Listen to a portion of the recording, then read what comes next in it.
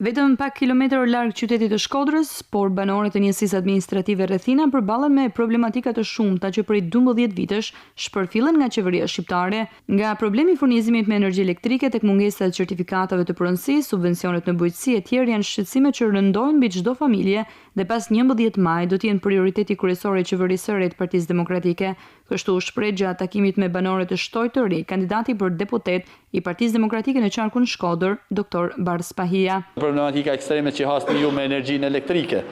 në përrerjen e saj, sa herë ka luhatje minimale të motit, me problematikat ekstreme që keni me pajisjen me tituj të pronësisë, apo me mungesën e plot të subvencionimeve tashma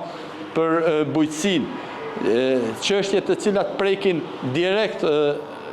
fermerët, janë të gjitha problematika që po nuk ndikum ne nëpërmjet votës tonë me 11 maj për të nëshu këtë realitet të zymt, jo vetëm nuk do të zhduken, por do të thellohen akoma më shumë.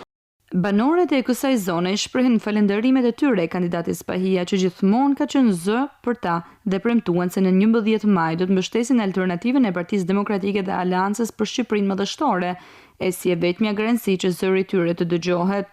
Pahia garantoi se me 11 maj merr fund diskriminimi i Shkodrës dhe i gjithë Veriut.